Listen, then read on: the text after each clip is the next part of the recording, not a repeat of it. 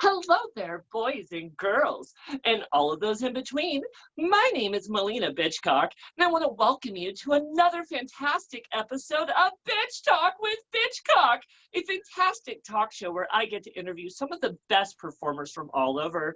This week, I am so privileged because I have one of my favorite lipstick divas all the way from Portland, Oregon. At least I hope that's where she is.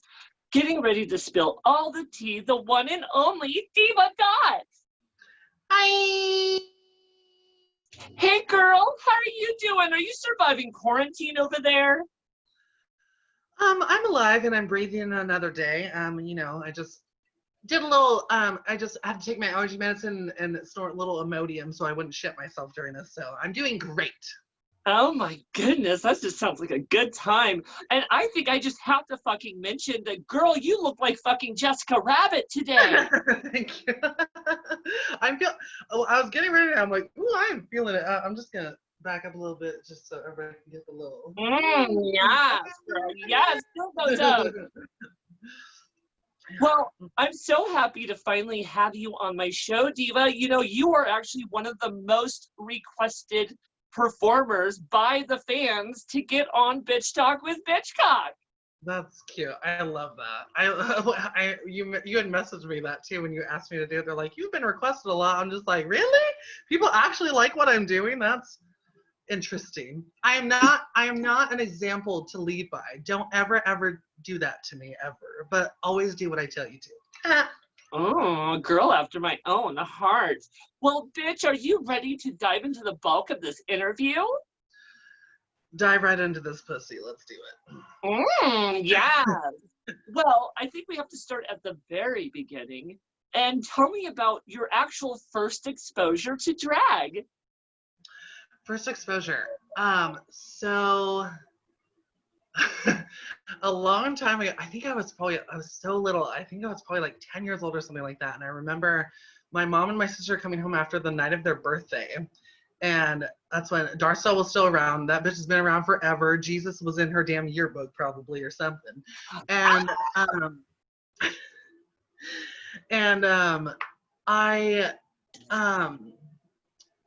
at that point you could buy, so they went there for their birthday party. They went to Darcel's for their birthday party, and I listened to the cassette tape of Darcel singing them happy birthday because that was like an add-on that you could buy at that time, I believe. And so I listened to like this drag queen. That was probably the first experience I ever like heard. The first time I ever even heard of a drag queen like ever was Darcel, and like how fucking iconic, right? So, and yeah, it kind of just like my obsession probably just took off from there, and then I've just been this little gay trans person ever since. Like, and it's just been a downhill effort, but we all try. Well, girl, you are definitely an uphill effort because you are beautiful and talented. And well, right now I'm gonna say look like Jessica Rabbit because, girl, I can't even get enough of your makeup today. You are so pretty, especially with those eyes. Thank you so much. I feel like cute today. I'm feeling cute. Well, you know, and it's funny that you mentioned Darcel as your first exposure to drag because I'm an Oregon child myself. And one of the, I heard stories of the legendary drag bar out in Portland, and I'm just like, I want to go. I want to go meet all these beautiful divas. Oh yeah, I always thought it was like super cool, and it's like looking back, like too, I'm just like, I love that, like, it wasn't even like on a CD or anything. I'm just like, I was listening to Darcel sing my mom and my sister happy birthday on a fucking cassette tape. I'm just like, if that ain't a fucking mood, I don't know what is. Oh my God, I love that. I'm one of those weird kids, Diva, that I kind of knew what drag was at a very awkward young age. In fact, I even knew who Lady Bunny was like at 5 years old, and I have no idea how. Wow, she really is that old, isn't she? Girl, she's older than old. She's like dinosaur old. Lady Bunny is so good. I love her so much. Yes. And what was it about drag that made you want to actually start doing it? After I came out, I came out like as bisexual in 8th grade, even though like I wasn't bisexual, like I didn't identify as bisexual then. I knew I was like a gay person. So in 8th grade, I kind of just did, like, I came out as like bisexual because I thought it'd be easier to tell people that for some reason. Like, it's just, you know, because it's such an uncomfortable process. But you know, I started like toying around and like having more, like I had like no gay friends like a lot of my life until I was like in my 20s. And then all I knew around me was straight and like females. And so like all the boys hated me and wanted like nothing to do with me. So like, not the case now, baby. But I started, I knew I got really heavily into makeup and stuff. And like later on in high school, and I found out, finally discovered like what had been missing, and that I can get into that later about how I was a trans woman. And I'm like, oh, this makes so much more sense now. So I started diving into makeup and did all that. And then like you know, at that point later, I was like super into drag. I had seen RuPaul's Drag Race. I'm like, wow, this is on such a whole nother level than like all these other things. I'm gonna fix my lash for a second because she's falling a little bit, baby.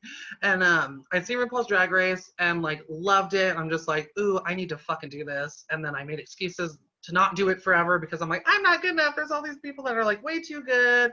And one of my friends, a lot of my friends were like, just do it. And then my one friend, shout out Carmen, if you watch this later, Carmen was just like, get the fuck off your ass, you stupid idiot, and just go do it. You want to do it so bad, just do it. And so I talked to Bolivia Carmichaels. I had been going to CC's for like a year when I was like 22. And then like around when I was 23, I was just like, okay, I gotta like say something about this. And I made the show with Bolivia and she fucking made it happen for me. And I had my first performance at CC Slaughter's and it was the best fucking time I could have ever imagined. Shout out to Bolivia for making that happen. I love you. I love that. You know, that's truly beautiful, especially that you had that interest to drag at such an early age. And it's funny that you mentioned your like high school years, because I feel like if me and you went to high school together, you'd be that like tough girls standing behind the bridge smoking a cigarette, be like, come here, little boy, come and smoke on this thing. It'll make you feel good. Oh yeah. Oh, I used to fucking skip school, or I used to like skip gym and like my math like double block class or whatever to go smoke cigarettes behind the bleachers with my friend Jordan. Hi, Jordan. Oh my God, you're such a rebel. I just used to skip classes to go suck the PE teacher's dick. I love that. Me Some of the too. PE teachers were hot too, and I'm just like, ooh. Oh my God. So let's see here. So you started drag. How old were you when you started drag, Diva? I want to say like 22 or 23. I've been doing it for like the 5+ years now. I don't know. You know, when you become a drag queen, drugs and alcohol become a thing, and sometimes you forget some stuff. Well, I hear that. I smoke a lot of weed, and that means my brain is. Girl. Well, So I tell us don't a be little smoking. bit. What was that, love? Oh, I'm just like, that's what I'm just like, I'm like, I've been smoking a lot of weed recently and I don't usually do it. And there's a reason for that. And that's because I already fucking forget everything as it is. And I'm like, I have no business smoking weed. I'm like, I just forget like everything important. Oh my God, in the same way, I'm such a ditz in real life. And then I have such a taste for loving to smoke marijuana. And then sometimes, like yesterday for your pre-interview, I'll sit there trying to act very professional and very like knowing what I'm doing, and I'm just like, what's going on? Who are you? What am I here for? Yep, it'd be like that. Yes. So Diva, one thing I feel like we should know at this point is, how did you get your drag name? Diva came from so I had a friend when I was going through all that shit in high school trying to discover who I am, and like after discovering like finally like what I am, who I am, and what I want to do, before I even started drag, my friend at the time, who I'm not friends with anymore, but at the time they started calling me Diva, and I'm just like, oh, I love that. And and I would call her Rockstar. And so like I'd be like Rockstar, Star, Rock, and like just for short, and she'd call me Diva like all the time. And then all my friends were mutual friends with this person at the time too. So like everybody started calling me Diva, and it just kind of stuck and like became a thing. And I'm like, oh, I love it, I love it, I love it. And then Dot, the last one, like, or even in high school, my teachers were even calling me Diva. I had everybody call me Diva for like literally the longest time. Nobody calls me by my fucking government name. If you do, I'm just like, how dare you use my government name? But yeah, like so that, and then Dot comes from on Matt. I don't know if any of y'all out there watching used to watch Mad TV when you were a kid, but Dot was this entertainer, or was this character on Mad TV. I forget the actress's name for the life of me, but she's so fucking funny. And she would play this character named Dot, and she was like this like 11 or like 7 or 11-year-old like ADHD ridden child, and she was crazy, and she had like, she loved gum and gloves and like had like gum and lollipops and like scissors and shit stuck in her ratted hair and stuff, and like she was just crazy and hilarious. And I'm just like, every time I was watching, I'm just like, it's me. That's literally who I am, like to a T. I'm just this crazy dumb bitch who like nobody can stop. I'll do whatever I Well, I want. love it. And she sounds like a female version of Stewart. Look what I can do. Oh yeah, definitely. Oh my God. And that's fabulous. I kind of love that that's a little bit where you got the inspiration for your name. Now, tell us a little bit about the drag character that we now know as Diva Dott.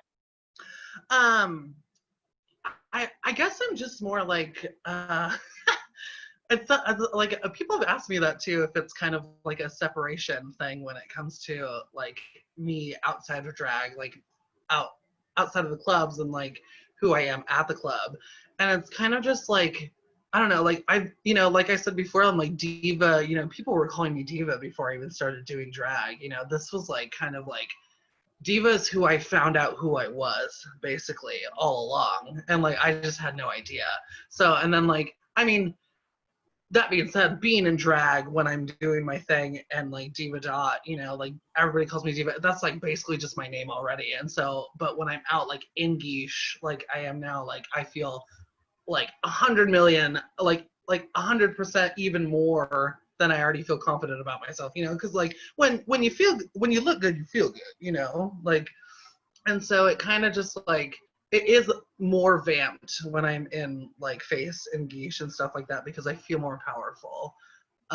But not to say that I don't feel powerful when I'm out of my face, because I'm like the shit all the time. It's just turned up 100 because mostly of alcohol. I get really excited. Well, girl, I know all about getting super excited. I'm sitting here with a boner right now.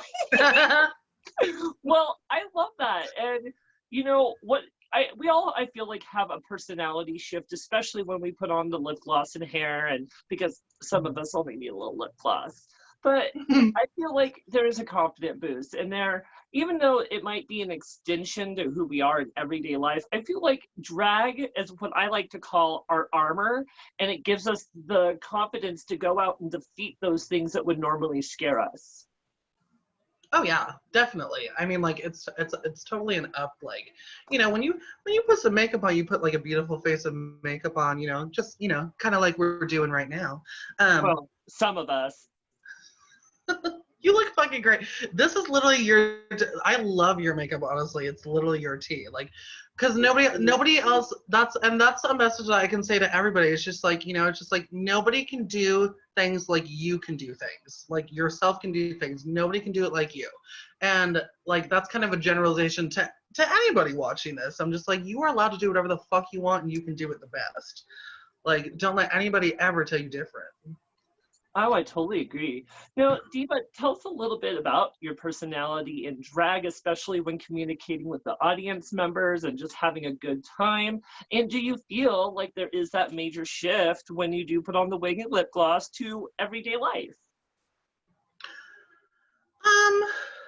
My drag, it's mostly like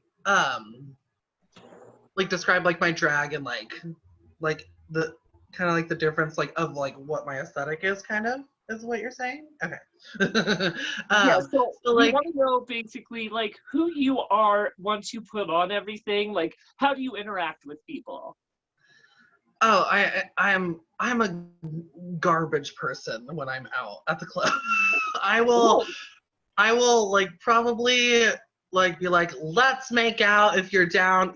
Consent first, bitches. Always consent first. But yeah. I'm just like, literally, I'm just like, that's why I'm so glad I'm in this bit. I think everybody's fucking hot, and I just want to like make out with everybody and touch everybody's junk if they're about it.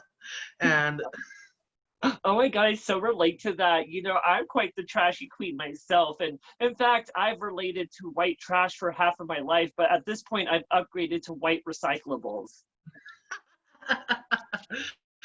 if you're recyclables, and I'm the recycling bin. It, Oh, I can't wait to unload in you. but yeah, my aesthetic is just kind of just like I'm gonna look really good, but then like I'm you're gonna see probably like the most grossest or prettiest or sexiest or shocking thing. Yeah, it's all over the place. I'm all over the place all the time. Hey, girl, I love that. I love a unpredictable girl that will always bring you something new. In fact, with saying that a moment of unpredictability, what do you think makes Diva Dott so freaking fearless? Um, these are really good questions. I love all these questions. um, I'm a professional. professional. I think it's just I don't know. I've always found that like the stage once I started performing, it's like a drug. It like Oh yeah. you like you literally like if it's really your passion, you really cannot stop doing it after you start. It consumes your whole entire life. And like I've always found that like every time I'm on stage, I knew I was doing something good with this because a lot of people really liked it and I got really good feedback. And so it's kind of just like that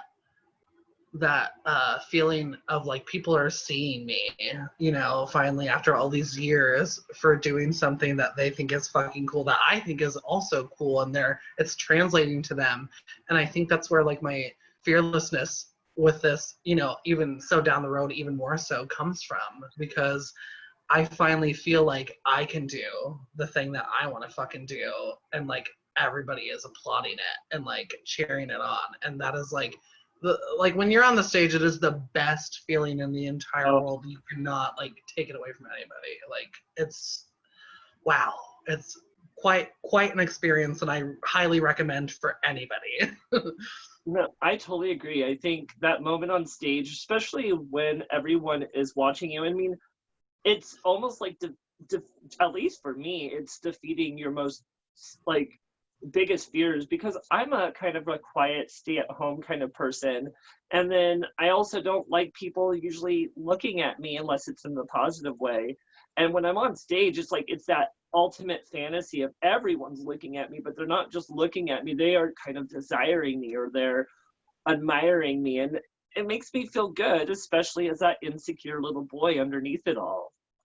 Oh yeah, like it's like especially when you're on stage, and if you can I like to call them like command performers, like in the sense, because I'm just like if you can get like if you're good, if you're like even like semi good at this, and you can get everybody in that audience to like look at you and like what you're doing, because they're like, oh, what's going on, what's this bitch gonna do, and like that is the most special part to me in drag, and that's what I always try to give in like every performance. So I'm just like, what am I gonna show them that like they're just gonna be like, what the hell, bitch, like you did that?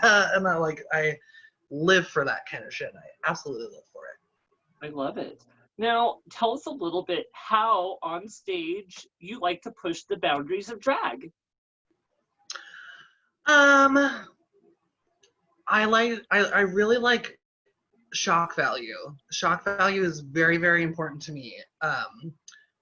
Especially with my transness and stuff. Like I really like to like talk about like my transness in a funny way too, because I feel like especially a lot of especially with our lipstick diva shows, a lot of straight people come to our shows, and I think it's kind of like you're instead of being so serious about it for a second, we're like kind of like I'm letting the audience laugh at me, joke about like, oh, I'm a man lady or whatever. You know, it kind of just, I think it, in my experience, it has a lot of people coming up to me and asking questions, which is great because like I end up like educating them on like what trans like is that people that don't even really know, and so it's fabulous for me to that's exactly what I want to do. Like in these numbers is kind of just like I'm like, okay, it's time to teach the grown-ups and the children.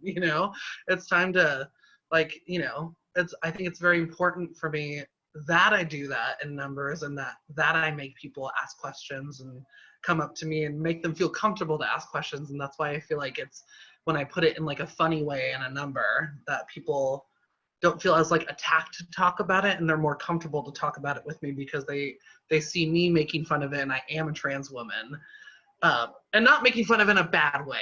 Let me reiterate that, but like just making people like ask questions, be like, oh, that bitch is so funny. I'm gonna ask her like a question about this now because she seems very approachable, which that is all I could ever ask for. I love that.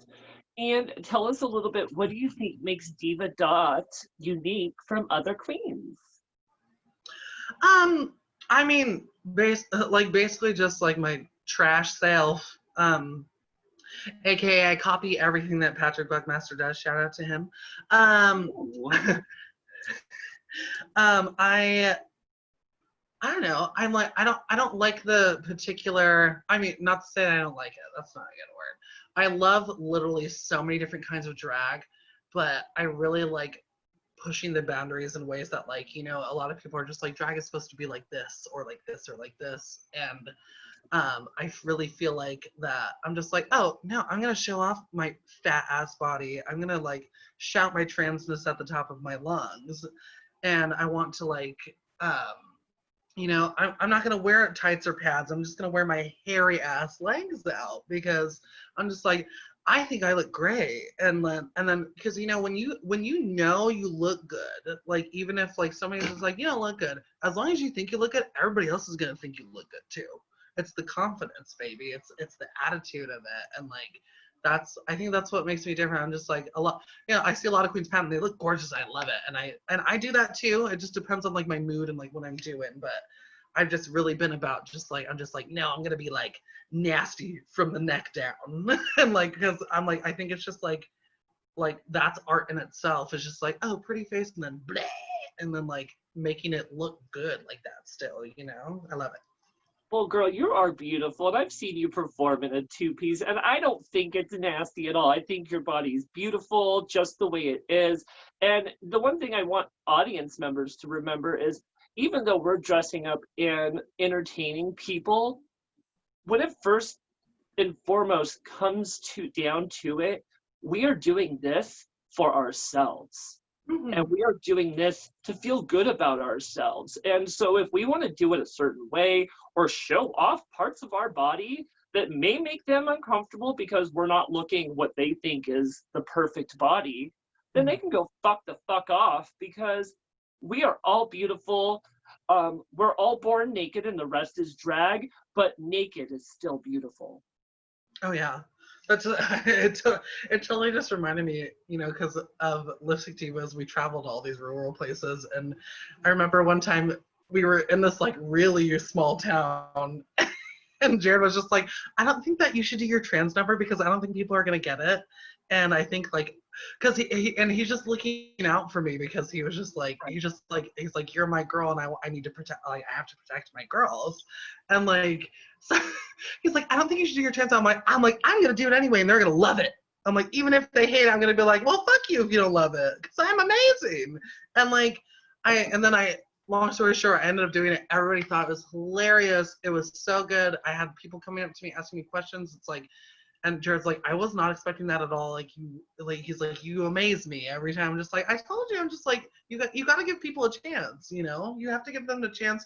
If they're gonna act ugly, then we can, send them out of the building. But the people that want to, ask questions and have some fun, then that's what we're here for, baby. Amen. Now, what can we expect from a Diva Dott performance?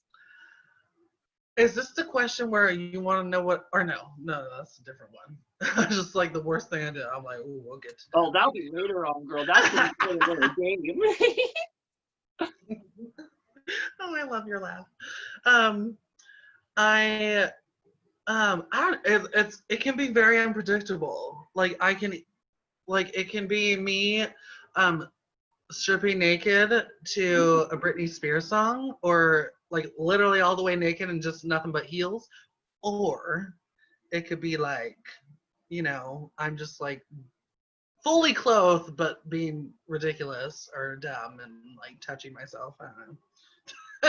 Well, I love that. And there's nothing wrong with doing that kind of stuff on stage. I love to feel my sexy oats, especially if there's a hot boy in the audience. I will put on a show for him sometimes. And with that said, now, Diva, you are probably, I've seen you dance a stage down. So are you known for doing a lot of dance moves, or maybe even some special tricks like backflips, high kicks, or even dramatic drops? The drops I can say, I've been working on those for a long time. I literally have permanent nerve damage in my left knee because of it. Yeah. Yeah, that's At least fun. it don't hurt when you drop then. Yeah. I'm just like, well, I can't feel it anyway, so fuck it. I'm just gonna make it worse. But yeah, a dip is that, and then I was educated on that actually too. I'm like, I called it a death drop for a long time, but it's not a death drop what I do. It is a dip. And now I can do a death drop, an official one, and that's where if and like anybody correct me if I'm wrong, but it's when a death drop is when you land like on your ass and like your legs are up in the air as a form of one. So I started doing that a lot because I saw Baby Moore do it. I'm just like, ooh, I want to do that shit. That looks cool. And basically, you just put your feet up in the air like that when you drop. Oh, that sounds painful on your booty, though. Oh, I mean, it's a lot, but like, other than that, I'm just kind of just flopping all over the place and pretending that I know how to vogue and shit.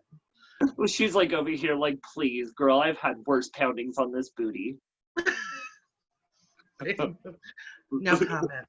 Well, I love it. And as we mentioned before, Diva Dott is definitely known for bringing comedy to the stage. So tell us a little bit of what kind of comedy you like to bring on the stage and what your sense of humor is like. I love anything that has to do with poops, farts, pee. I love dumb. I love dumb like baby poo poo pee pee humor. I love anything that I'm like pussy farts, queef whores. Like, I'm constantly just saying stupid shit just to like get a rise out of people. I think the shock value is incredible, and plus that's kind of just like who I am already. Let it be known that I love farts, and there is a number coming that is going to be all about farts. I usually like to pick a theme and like kind of roll with it. Like I made like an 8.5 pussy mega mix, and like all about just like I got a fat girl pussy, and like, because a pussy, you have a pussy if you tell yourself you have a pussy. Nobody can tell you otherwise. You are your own person. You can have a pussy if you want to. You can call your dick your pussy. Right. I love that. And, I like that confidence that you bring on stage because you almost don't give a shit what people think of you. I mean, you want people to have fun, you want people to laugh, but at the same time, when it comes down to it, you're going to do what you want to do. And I love that. Thank you. I think it's super important to do that because like no matter what kind of performer you are or who you are, it is very important to like scream your truth and your shit like as loud as you fucking can all the time. Like it's very important for like I do give a fuck and I don't at the same time, if that makes any sense, meaning like I want people to like I make my numbers around. I'm just like, oh, like people are probably gonna like this, so I'll add this in there, and that's just like kind of how you like, you read a room, like what crowds do we usually have, what are we gonna do? But it's also just like you have to also be like authentically yourself in your numbers because people will see that and that's what they like. So like, and if you're having fun, everybody else is gonna have fun too. Absolutely. And as you mentioned, you like to play with the shock factor and the outrageousness of it all. How does the audience react to all that? Amazing. And like usually if half the people in the audience aren't like at least like hating me or disgusted, then I didn't do my job. Like I usually want people to be like, oh my god, bitch, I can't even believe you just did that shit. And I'm just like, well, I can because I'm nasty. Oh my goodness, you're a girl after my own heart. Once during a show, I sang live and gave birth to a baby on stage at the same time. Girl, I I love love crazy. You know, I think drag is taken seriously way too fucking much. And, you it. know, I think when you go on, people are like, well, you can't do this, you can't do that, you can't do this. And it's like, well, now you just gave me a list of things I want to do. Oh yeah. Because, you know, it's all about drag in the first place is all about breaking the rules and being yourself and being creative and showing your art. And of course, it's about being respectful, don't get me wrong. But at the same time, you should never be told what you can or cannot be doing with your drag as long as you're not hurting anyone with it. Absolutely. I could not agree with you. I cannot agree with you more. I agree with you like 100% because I'm just like I'm like, you know, doing such a like a thing like drag too, in itself is just like its own protest. So it's just like if you're making all these rules for it, I'm like, what's the fucking fun in that? Like you gotta just like it's evolved so much and like drag is such a different like existence now. It's everything, you know. Um, like when RuPaul, I hate to quote RuPaul because he's kind of a piece of shit, but when he said we're all born naked and the rest is drag, it's like that's the realest fucking thing I've ever heard in my like life, and I'm just like literally I'm like the world is a stage and we're all just like playing a fucking like person act, you know, and in such a way. I love that. Now, you definitely go on stage to entertain the masses. What kind of music do you tend to be attracted to when picking a performance? It ranges from like all over. It kind of just depends on what I'm doing. I'll tend to do a lot of like funny stuff because I feel that is like my strongest suit is doing like camp and funny stuff for drag. And I definitely think that like everybody should do that because I think it gets recognized way more because who the fuck doesn't love to laugh? So like it's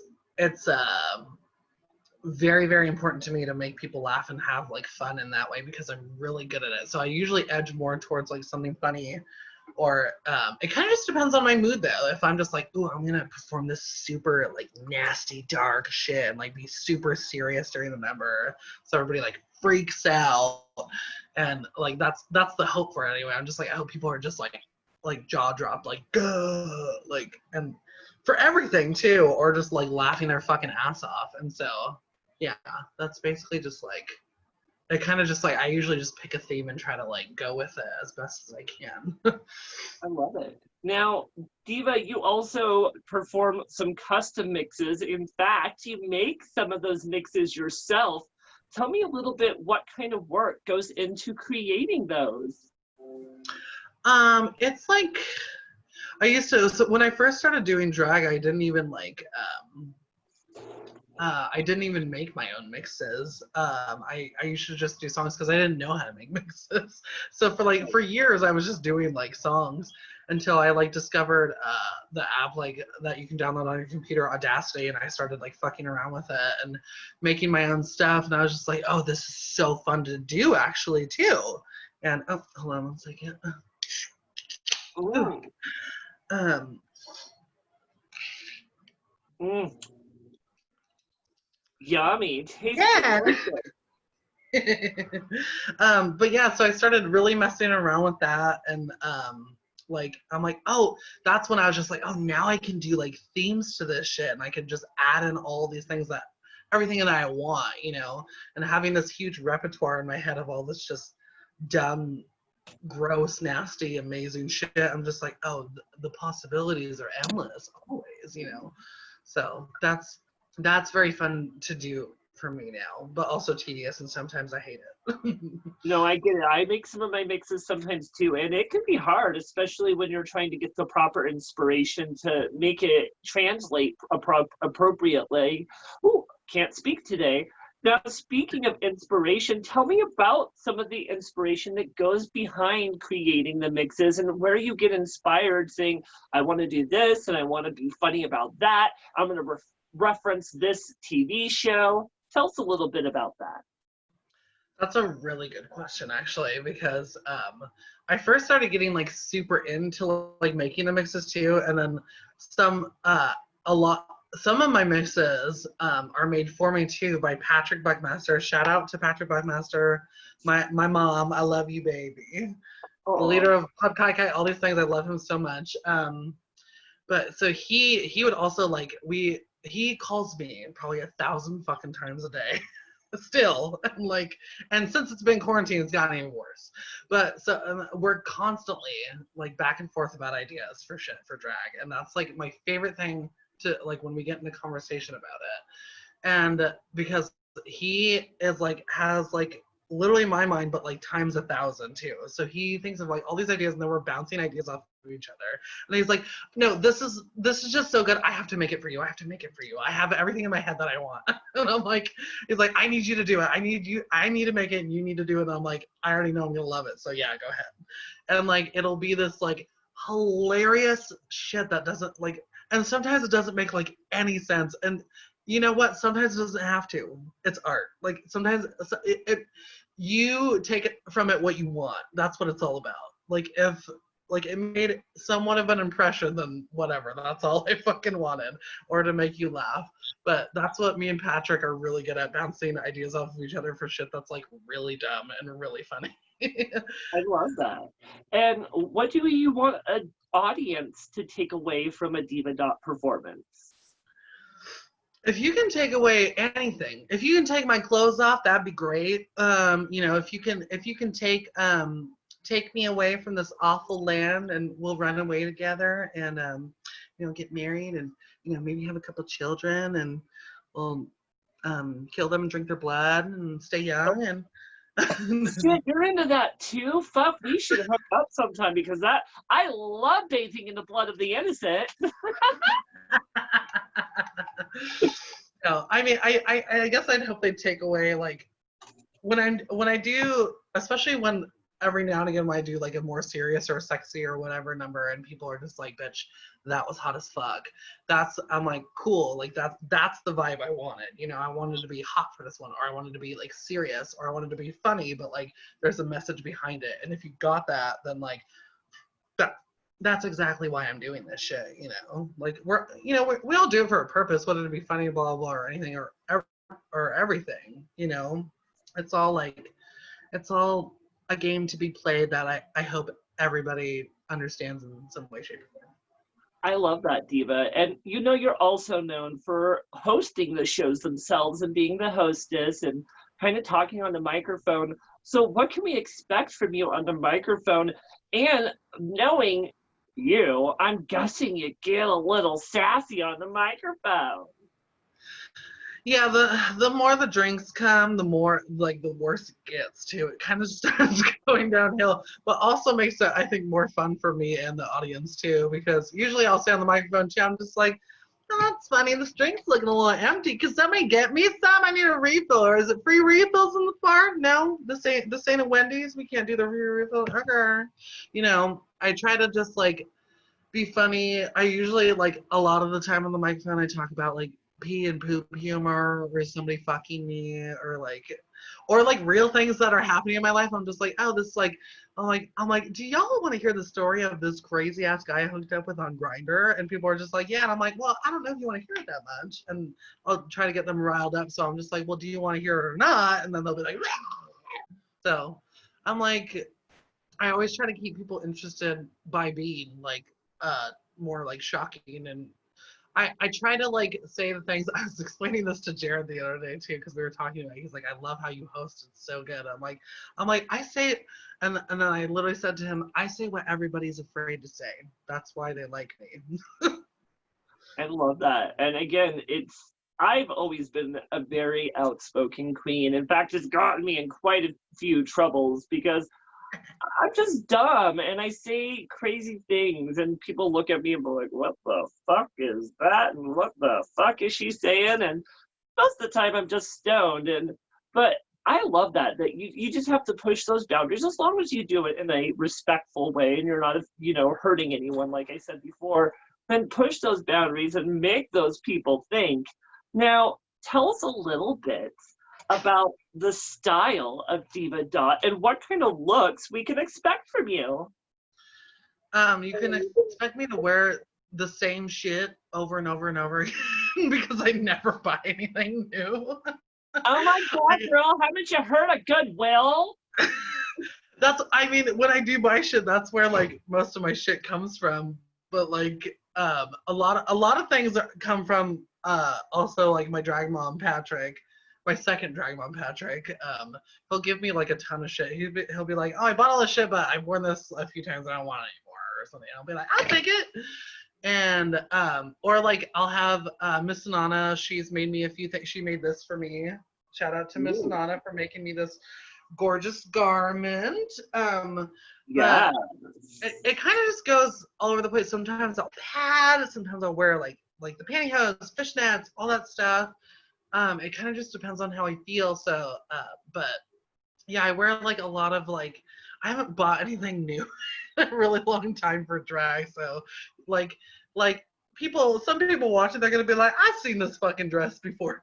And so I'm just like, it looked familiar. I know it does, but I like to spend more money on just like food and cigarettes and beer and stuff. So sorry. Oh my God, girl, I love it so much. And I feel you. Even though I have quite the drag closet because I have a whole bedroom of drag, doing the show every single week, 2 to 3 times a week, I'm like, oh fuck, I'm running out of looks. Now what do I do now? And how do I mix it up? And I better go on Amazon and buy something just to keep it fresh. So I totally get it. And I definitely like a queen that has a fun and crazy style, which I think you do. Now, what goes into picking a costume, especially when it's for a special performance? So usually I try to buy. I usually try to like have somebody in my community make something for me. When if it's for something like I'm just like, ooh, I want this to be really good. Then I'll be like, okay, I'm a like either borrow the money or save the fucking money and be like, I need to get this made. And usually I always go to Winona. I'm just like, girl, I need you to make me this at a discounted price because you love me. But then she always charges me full price anyway. So, but I always try like usually, and it's usually around Pride season. Like I'm just like, okay, like it's time. It's been like a year. I gotta have some new shit that nobody's ever seen yet. So I usually try to like make stuff that's like really like that shows off my lovely lady lumps and stuff, like my little lumpy body that I love so much. And like kind of just like this outfit for instance was inspired by Divine's look as Dawn Davenport in Female Trouble, and like that's what I had this made specifically for, because it's like the one piece thing with like just one arm, and it was yeah, she had like in the movie like it was like leopard print, and I'm just like, and Nana had this fabric, and I'm like, oh, this is perfect, and so she made that for me, and like I did like this whole number as Divine and shit. It was fucking awesome. But I love that. Now, Diva, I have a little bit of a scenario here. Would you consider yourself more rhinestones and sequins or lace and leather? Lace and leather. Really? What is it about the lace and leather that attracts you to it? More just darker and sexier. It's more kink. I'm more into just like, I'm just like, oh, you're nasty, then I'll probably fuck with you. And like, which is funny because like in the bedroom, I'm not honestly that like exuberant or like be like crazy, but like I love the aesthetic of that kind of shit. And those are my people. Those are who I feel more comfortable with. I feel more comfortable with that than like just anything like normality. I always like the opposite end of what everybody like thinks is like the tea usually. So, but Yeah. like, but not to say that I don't love glitz and glamour and sequins and shit like that. I mean, this whole fucking dress is made of goddamn sequins, but like, it's just like I like changing. I like a lot of things. I love being a chameleon in this. I love like I like a lot of stuff. Oh my God, I totally relate. What do you think, Diva, makes you so popular with the audience? Um, just being a fat trans icon. um, Yes, good answer. um, that's it. I don't know. I don't know. Like a lot of people like me, I guess, and like that's cool. I don't know. I always think that like I'm just like whatever I do, I'm just like, oh, this could have been better or whatever, or like I should have curated this more, and then after I'm done with it, people are just like, that was so good, and that was one of the most amazing things you've ever done. I'm like, really? Like, okay, well, I guess I'm doing something right, I guess. Like, so, like, that's good. So, I mean, thanks for liking me, y'all. Well, perfect. And speaking of popular, you actually are part of many legendary shows. One of them that you enjoy working with the most, and you've mentioned his name, the producer of the show, several times already because you're just so eager. Tell me a little bit about working with Club Kai Kai. Club Kai Kai is like one of like with it's like Club Kai Kai and Lipstick Divas are just like right here. Like they're at the same level, like different, totally different like things of shows. But Club Kai Kai, I love them both equally. Like these are how I got like where I am today. So thank you, Jared Lee Lisher, and thank you, Patrick Buckmaster. I have to say that. I can't say it enough. Right.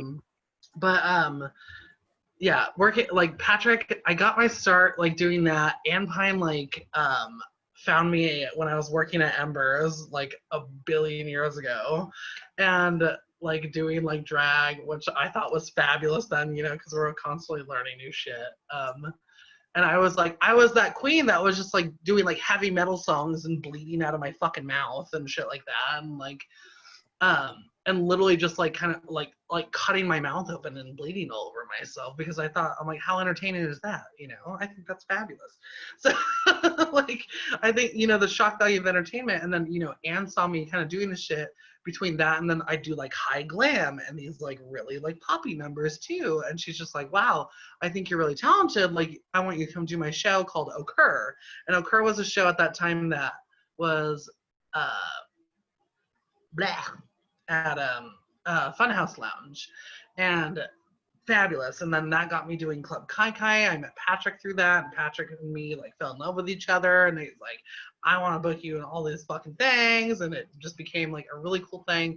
Club Kai Kai is a very fierce show of like very fierce like entertainers that we book. We book a lot of like the same people a lot too because we love them so much. I love that. And what kind of creative performances can we expect at Club Kai Kai?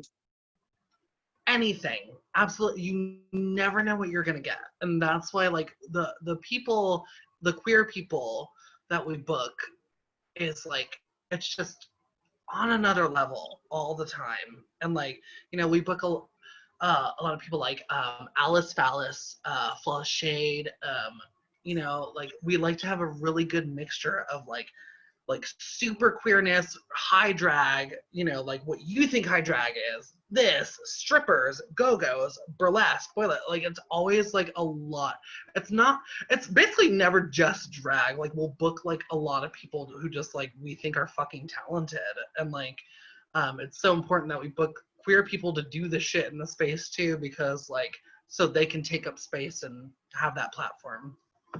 I love that. And what has it meant to you as a person to be part of the cast of Club Kai Kai?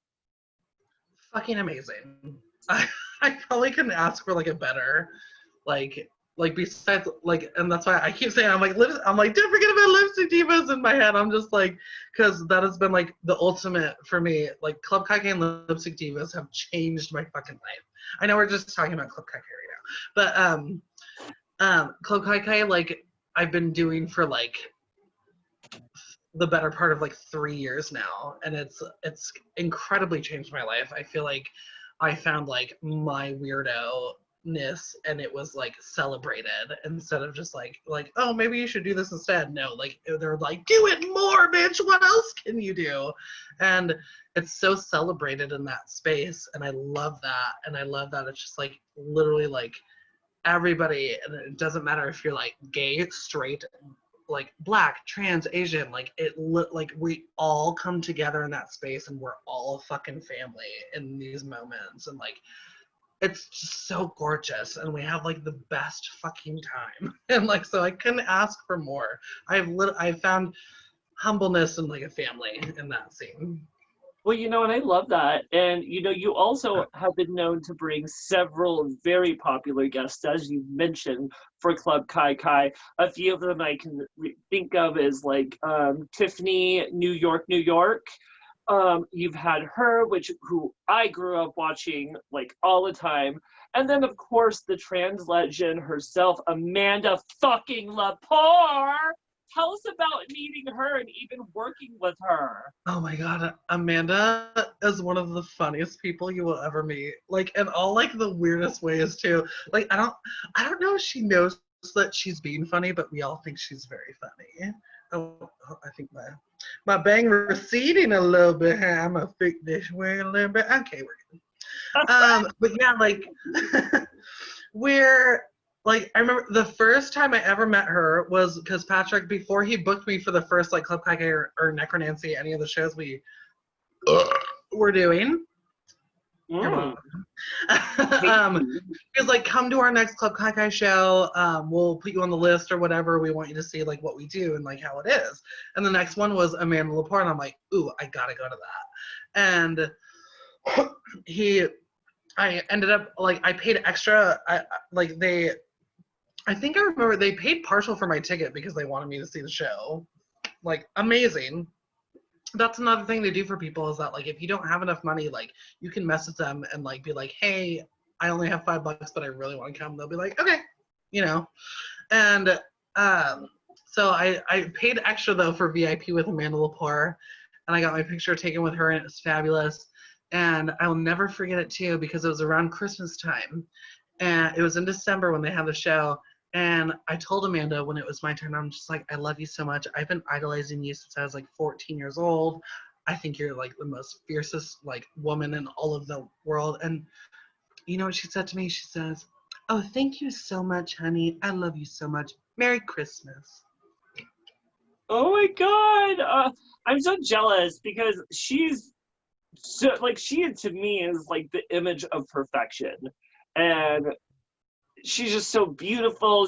I know, I've heard she is the sweetest thing in the world, and she's so fucking glamorous. Like, I just want to put her underneath a glass jar and just stare at her all day. I love it. Now, as you've mentioned, Diva, you have been part of other legendary shows, one of the most popular known as the Lipstick Divas. Tell us a little bit about traveling around with the Lipstick Divas and going around to these more rural areas. It's been really, really fun. It's probably one of my favorite things to do, especially because like, when you're a part of these like a lot of shows, not a lot, you're not like prone to one like traveling. So it's just like to be a part of that in itself is just like really cool because we get to go to like a lot of different places. And some people might not think they're that exciting, but it's so amazing because like what a lot of people, if you don't know already, I'm like straight people in rural towns like really don't ever see drag, and so they actually get really, really excited about it.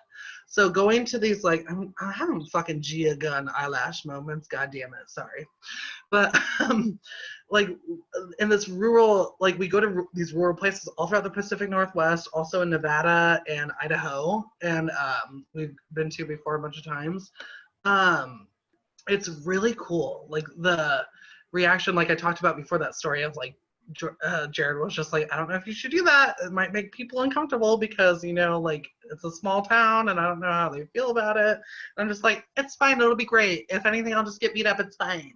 And like, but everybody's just like, loved it. And like Jared's just like, I'm so amazed that people love it this much. And I'm just like, yeah, I'm like, we just gotta give people the chance. And that's kind of how it's been everywhere we go. And people have just been fabulous and just like treat us really nicely. And like a lot of the places we go to, there's just a lot of small towns in Oregon and like Washington we've been to, and it's just been really, really good. And I'm just so blessed and thankful for that. Well, I love that because, if you may not know this, I'm actually born and raised in Medford, Oregon, and I started my drag career out there and spent about like 10 to 13 years performing drag in Medford, Ashland, and Grants Pass, Oregon, which, if you don't know, is very rural, not Yeah. very accepting, and we created our own drag scene out there. We said there was a group of us that said we want to have fun, we want to express ourselves. And the one thing I learned, especially because it is intimidating saying I'm going to do drag in this small town and not sure how the people are going to accept it, but the thing I learned is most of those people are so thirsty for it. They get a glimpse of it and they just want more and more. And even with those men who look really nervous at first, like they get into it and they're screaming and yelling and throwing dollars at us by the end of the show. And the thing that makes me happy with doing shows in a rural area, and you can tell me if you agree, is that you're breaking those boundaries. You're changing people's minds. And I think it's fun because all you're doing is just sharing your art with them, but it's actually changing lives. Absolutely. It is like it can be almost a more amazing experience performing in front of some straight people than like gay people who already get it. Because like these people will treat you like celebrities because they never see it. They never get to see like stuff like this. And like especially with my kind of drag, I even get nervous sometimes like going, especially if it's a new place. I'm just like, I don't know how they're gonna react, but I'm gonna fucking do it anyway. And for one instance, it reminds me of this one show to tell you real quickly that like in Longview, Washington, we go to this place called the Regent and we love it. It's so fun.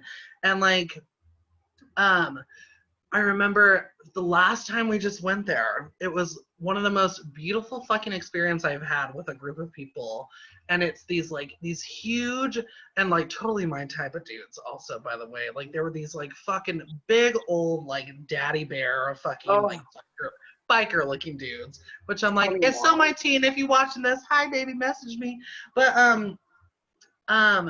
I can't think of their names right now. We always meet so many people we can't remember names. But like it was this group of people and all the women brought them, like it was their boyfriends, they brought them there and they're just like, fine, we'll go with you, whatever. And they ended up like, and the dude's putting his arm around me and telling me that he had more fun than his wife did. Like it's like he's like you guys are so incredibly talented. Like he's like, I never even knew about this whole world. And the fact that we get to do that and we get to go to rural towns and like we literally changed somebody's mind about like who we are, what we're doing and what we're doing in literally a couple hours. And they had the best fucking time of their life. They're like, we're coming to every single one of these that whenever you come through, we're going.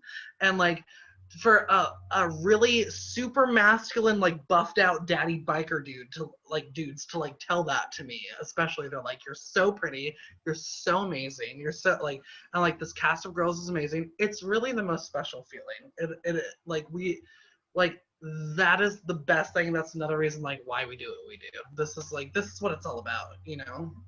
I love that. And, I think you are absolutely right. That is why we do this. We do it to share our art, have fun, feel sexy and confident. But at the same time, it's good to know that you're making changes in the world just by being yourself and doing what comes natural to you as a performer. Now, Diva, you have traveled all over, as you've mentioned, and you mainly go to those more rural areas, but you've mentioned you've gone to some bigger areas also. Why don't you tell me what your all-time favorite place to go to with the Lipstick Divas is? Ooh, I already know. I mean, like so many of the little towns we go to, like God, it's so hard to pick one. But I do want to mention Lewiston, Idaho. Shout the fuck out to Lewiston, Idaho. It is the biggest show that we do. And Okay. like, oh yeah, like over 300 like some people fucking come to this thing. It's like ridiculous. We usually do it at this place called the Third Wheel in Lewiston, Idaho. This like tiny little fucking town that like Jared himself is from Potlatch, Idaho, and so like that town's like right next door. So like they started doing them there, and when I got on Cast with Lipstick Divas, that's where it took off. That I've never ever experienced a crowd that will literally just like stand up and give you like a standing ovation for like more than like 3 minutes long, literally. Like it's Wow. like, and Jared, with me and all the other girls, he books all this like incredible talent. So like, I mean, why wouldn't you fucking clap for 5 million years? But like, it's so special. And like, every time I go, I never pay for a fucking single drink. Everybody, like all the audience members are buying my shit, giving me all this money. We'll make hundreds of dollars at this show. It's ridiculous. They treat us like royalty. And we love going back there. They make the most noise and have the most fun.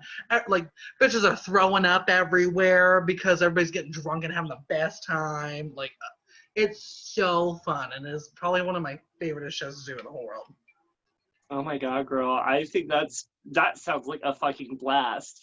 Now, as you've mentioned, Jared, who is the producer of the Lipstick Divas and such a fucking sweetheart. I've worked with him several times.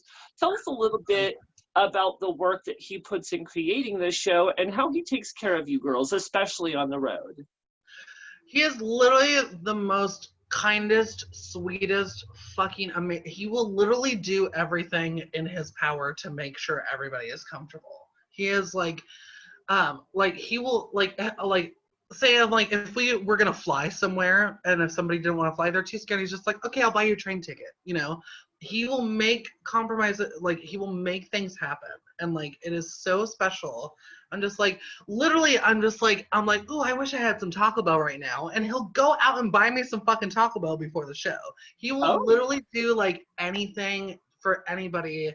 And like, he is a very, very extremely loyal person, and he takes really good care of his girls. I cannot even say that enough. Jared is one of the most amazing fucking people I've ever worked with, and why I've worked with him for so long. And we have just a mutual respect and love for each other, and he just like has a mutual respect and love for like all of the girls we work with, and it's really, really special. And constantly just making us feel comfortable and making us feel loved and like telling us how amazing we are. And yeah, he's fucking well, couldn't ask for a better best friend and boss. a giant shout out to Jared. He does put on some fantastic shows. He takes care of you girls. And I mean, he's definitely someone who puts a lot of energy in everything he does. And, I love Jared. And, Jared, eventually, if you're watching, honey, I know you are, because this is Oh, he will. your whore right here. If you're watching, give me a call, girl. We'll eventually get you on the show because I think you have a lot of tea to spill, and I fucking love you. It's just I think that what you do and what you bring these girls together, it's rare and it's really beautiful because, as we know, Diva, producing is not fucking easy at all. And especially when you have all these queens with egos and personalities. That's why I'm just like, if you could work with a bunch of fucking drag queens, you could probably work with anybody. Like, True. if you can deal with all that drama and bullshit like that some of the queens put out, then you can deal with anybody, baby. Like, yeah, Jared is really a fucking grade A person. I love him. Do you want a real quick shout out to Ann Pine too, who used to be a part of Club Kaka, and I love her. You got me my start, bitch. Thank you. I love it. Now, really quick before we move to our next subject, what did you like most about traveling around to different areas? Was it the free time on the road? Was it the brief, like the fact that they didn't know who you were but then are instant fans of you? What was it? More like, there's so many things, like, especially like I mentioned before, Lewiston being my favorite show, one of my favorite shows that we do with Lipstick Divas. when we tour, like, I always like end up riding with Jared, and so we'll always like stop and get like food together and like hang out the entire time. And that's part of like the specialness of the trip too, and like of the show in general, because I'm like, I got to see like all my friends and like solid for like you know, like a day and a half, for like, because we'll stay the night there too in a hotel, because he'll get us all hotels and pay us to take care of like everything.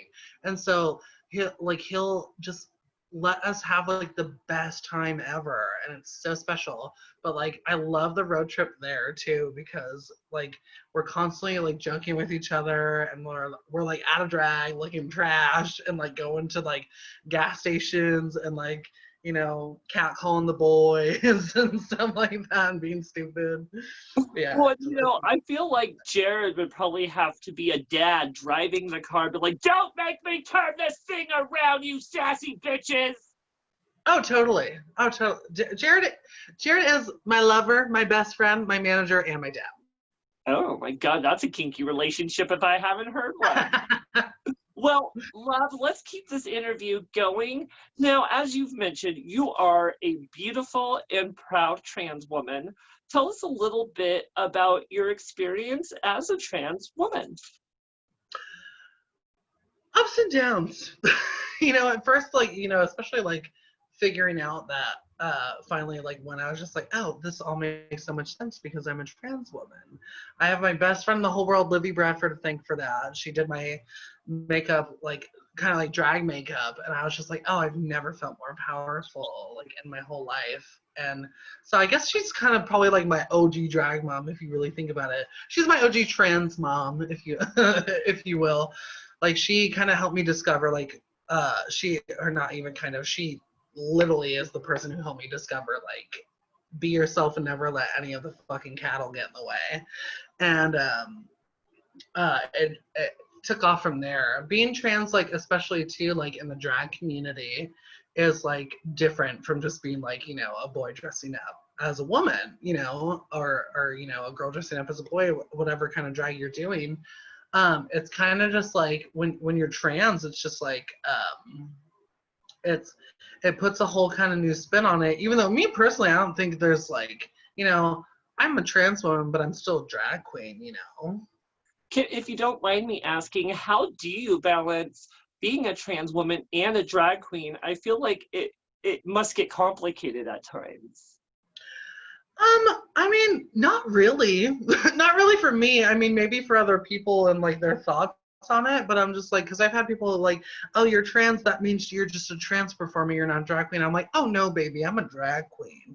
Like, Right. I'm wearing the wigs, and like I'm just like, you know, doing the thing, you know. I'm just like, yeah, I'm just like, I want to do like, you know, I like when like to push the boundaries and all that stuff, and I think that's a big part of like what drag is all about, you know. And so like I think that I'm like, oh, that's like a part of me, you know, in such a different sense. I'm like, that's not where my transness lies. This is like almost like a separate part of me, even though it's still a part of me and who I am though. So I mean, it's kind of just like, this is me just like times a million, you know. I'm just like, drag is more to me, I'm just like more hair and more lipstick, you know. Like, I love that. And if you don't mind me asking, were you already aware of your trans identity before you started drag, or was it something that you found during your journey as a drag queen? it was before I started. It was I met my best friend Livy Bradford in my sophomore year of high school, and my friend that I was going to high school with introduced me to her, and she that's who kind of helped me understand. She was just like, oh, do whatever the fuck you want, you know, it doesn't matter. Like, we're people, and we are like powers of beings in this world, and we are allowed to do whatever we feel is necessary to fucking be ourselves.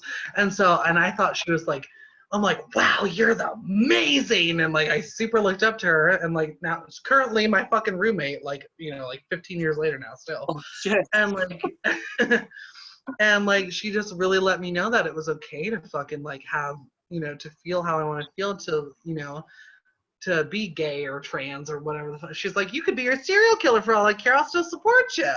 And Oh my like, God. I want to be her friend so bad.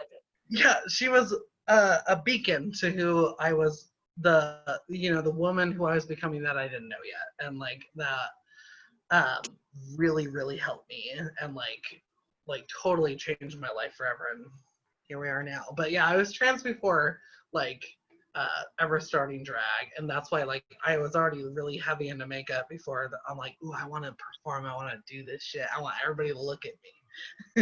Oh my goodness. Well, thank God she just helped you discover your trans identity and not your serial killer identity, because we might have a whole different queen sitting here in front of me. I love it. Now, honey, tell us a little bit. How do you feel that you are treated as a trans person within the drag community? Honestly, fabulously. I love like this community in that aspect too. It has been really. I've been fortunate to be like super supported too, and like who I am and like what I'm doing, and like I'm very very blessed for that. I'd say anybody who's not doing the same for literally every person in this business, go fuck yourself, because everybody needs to be supported, and we need to support our sisters, especially our Black trans sisters, bitches. So like, Agree. Black Lives Matter, putting that out there, bitch. If you disagree, get the fuck out of here. Well, I'm so happy you said that, Diva, because it is important, especially this world that we're living in right now in the day and age. Black lives do matter. And, you know, we need to be speaking out. No matter the color of your skin, you should still be speaking up against it and talking and saying, hey, racism's not okay. And that ignorance is not okay. It's time to educate yourself and support the people who need it, because especially queer people who've been preaching equality for fucking years. If you truly believe in equality, then it starts time to lift up the people who need us right now. Absolutely. And so I'm going to say it, and I'm going to say it very proudly. Black lives fucking matter. Yeah. And most importantly, fucking all Black Lives Matter. That includes trans, non-binary, like everything. Like, don't get it twisted. Fucking like all of the Black Lives Matter, motherfuckers. Absolutely. It's time for white people to be fucking quiet and listen to Black people. Absolutely. I agree. Now, how do you try to make your voice heard as a trans person on stage as a drag performer? I do, well, like I said before, like I do a lot of numbers like regarding like my transness and stuff like that. Oh, she's slipping. See, this is part of the aesthetic. I'm garbage. It's okay, girl. I love it. Here, we're gonna just boop, boop, boop, boop, boop. There we go, right? Pretty good. See, I'll put it really low, so by the time the interview's over, it'll just be like right here. But shit, sorry, I'm kind of drunk. What's the question again? Well, no problem. I'm a little stoned, so we make a good mix. So how do you make your voice heard as a trans person on stage as a drag performer? I do a lot of numbers like regarding like my identity and stuff like that. And like I said before, I like to kind of like make fun of it a little bit, so it makes people feel more comfortable to come up and like talk to me about it, because I think it's important too that it's just like to stay serious about subjects of bad words of like in the gay community, and like trans people, like a lot of like our identities and stuff. I think it's important as me, particularly in my opinion as a performer, to like talk about this kind of stuff and kind of like make a joke about it a little bit, so people just feel more comfortable and they can ask questions, be like, oh, I love that you joked about it. I thought it was so funny. I'm just like, and I'm like, yeah, and I'm giving you like the privilege to laugh at that, but I'm like, know that like trans people are here and they exist, baby, and you better support them. Absolutely. Now, honey, tell me a little bit, because you are a fierce queen. No fucking question about that.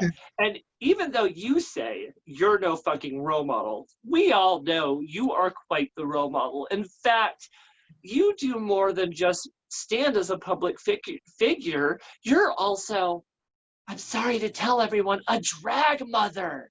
even at this young age. And you have some amazing, fierce children.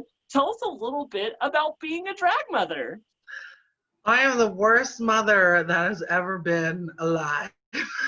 Children services.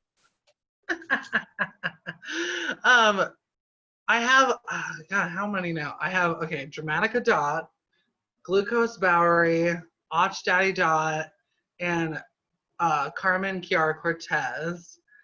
I think that, is there more? I forgot. I think that's only 4 as far as I remember. I'm like, someone about to fucking kick my ass if I forgot somebody. But yeah, no, like my drag babies, you know, and I picked everybody, you know, I'll find, you know, people, they're like one of them is somebody who I already knew, you know, for a long time, and they started doing drag and fabulous. So I'm just like, oh, duh, you're my child. And like, you know, like Dramatica, like Glucose, like Carmen, Kiara Cortez, like I found, you know, I don't want to say I found them because they found themselves. And I saw that, you know, the first time I watched them perform, and I'm like, I see so much of myself in like in these babies, and I'm just like, oh my gosh, oh my God, I love them so much. Cause like, you know, I'm just like, oh, they get it. They already know what they're doing. They like this freaky shit. They're like about it and like love it. And I'm like, oh, I love this. And I, you know, and then after their numbers, I'd be like, you know what? Would you be a part of my drag family? Would you let me be your mom? They're like, mommy. And I'm like, okay, I'm already done. But Well, yeah, it's very beautiful. what kind of things do you try to instill into your drag children? Just to do good. I mean, being a part of this family, I'm like, be gay, be trans, do crime, like literally tell everybody to go fuck themselves if they disagree. And like, you know, that my family is a balance of like glamour and like trash glamour. And like I love that. And like I'm the epitome of all that stuff. And then all my children are just like versions of like all the personalities of me. And so it's just like that's what like my drag family is based on. But it's just like, you know, be all these things, but also be professional, do your fucking job, and make people happy. And that's what we're here to do, you know. I love that. Now, honey, one of your drag children has actually already been on my show, and that is, of course, the kitten Kiara. Um, she has told me, spilt the tea, telling me how inspiring you've been to her. What do you feel about these accusations? Inspiring to her. I mean, that's great. I'm like, I love that. I mean, I hope my baby is, you know, like, do you think I'm doing something good? Even though like I always saw, I'm like, I'm gonna message you and tell you I hate you every day because that's what kind of mother I am. I want you to do better. And like, but I mean, that's like obviously joking. All jokes aside, like I love them all like so much, and like we've created this family, and like the fact that Kiara said that I was fucking inspire her means the fucking world to me, because like all these performers like inspire the fuck out of me, and that's why I wanted to have them as like my family. And so they let me, and that's the best thing ever to me. I love that, babe. I do. Now, honey, tell me a little bit. How do you feel that drag has fully affected your life? It has consumed everything I do. Oh, my. Yeah, it's like, yeah, I got so into it as soon as I started, and like, it's literally all I want to do. It's all I talk about. It's like, I live my entire life around it. It is literally all I want to do. And like, I couldn't have asked for a better like place for this, you know? Like, it's fabulous. I would not change my life for anything right now. Like, No doing problem. I drag, love that. the best. Now, Diva Love, we're actually getting close to the end of the interview. Before we go, we'll play a little game. We have a couple more questions here. Now, I know you've worked with legendary people from Amanda Lepore to New York, including several, well, who are we fucking kidding? All of the RuPaul girls. tell me a little bit of your experience working with the RuPaul girls. RuPaul queens are so much fun, especially all the ones I've worked with anyway. I worked with a shit ton. And that's not, I'm not trying to brag or anything, but I've just been thankfully blessed with like so many people that have like given me these opportunities. And so shout out to fucking Jared and Pine, Patrick Beckmaster, so much for giving me these opportunities again. But yeah, I especially like with Club Kai Kai, we don't always book like Rue girls and stuff like that. We'll book like Tiffany, New York Polar and stuff. But the Rue girls we've booked are so much fun. Like top ones that are my fave are like Detox. Detox has been like the realest ass bitch that I have ever worked with. And we stayed up until like 10:30 in the morning after the show talking about like trans issues and getting like my like top surgery and stuff like that, and like all these things. And like she was giving me all this advice because she's had like a lot of like work done too, and she's not like silent about it. She lets everybody know. Right. And like she's had a lot of shit on her body done, and so like we were talking about that. She's like, well, be prepared to feel like this pain too, expect that, and like they'll probably give you like this or whatever, and like super helpful stuff. And like she just like we really connected. And she's a super down to earth person and like willing to fucking like literally talk to anybody, and it's fucking awesome. And would you say Dita? Oh my goodness, I could smell that all the way over here. Oh. Would you say that Detox is your all-time favorite RuPaul girl then? Yeah. I love that. Would you like to know who my favorite Ru girl who I ever met was? Yeah. RuPaul. Oh, really? I met RuPaul the first season of DragCon, but I will say out of all his girls, probably one of my favorites is probably either Alaska or right now this season of Heidi in Closets. I mean, she is everything to me. Oh my God, she is so awesome and so funny. And so, like, I mean, her name alone, like Heidi in Closet, I'm like, oh, that is so good, girl. Like, you really know what you're doing. And RuPaul's trying to change her name. I'm like, leave it alone. I get it. I think it's funny. And that's another thing I'm like, we can't be so serious. I'm like, I'm not trying to like spread like, disinformation or just like make anybody feel bad or anything like that. But I'm just like, we gotta be able to laugh about some shit, baby. We gotta be able to laugh about our traumas, because what the fuck else are we gonna do?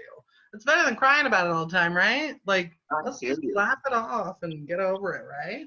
Let's do it. I hear you. There's certain things that we have to kind of joke about, even if it makes people uncomfortable that we're joking about it.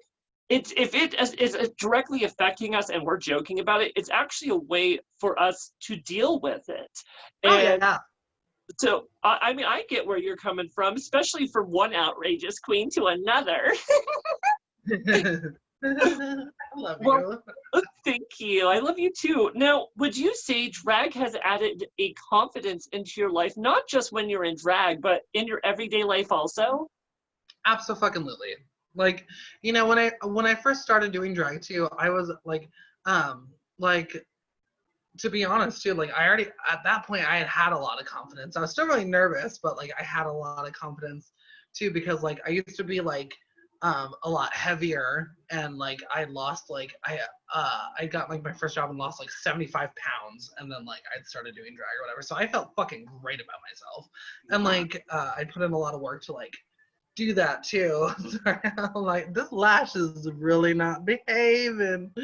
And so like I started doing that, and I'm like, oh yeah, of course, like I have like doing this now, and I'm just like, it's being like outspoken but semi-shy, and now that's like fucking totally gone. I've been like this whole like working with RuPaul's Drag Race Queens now, and the beginning I was just like, oh my God, this is insane, I love you. And now it's just like, hey girl, how you doing? Do you need a drink?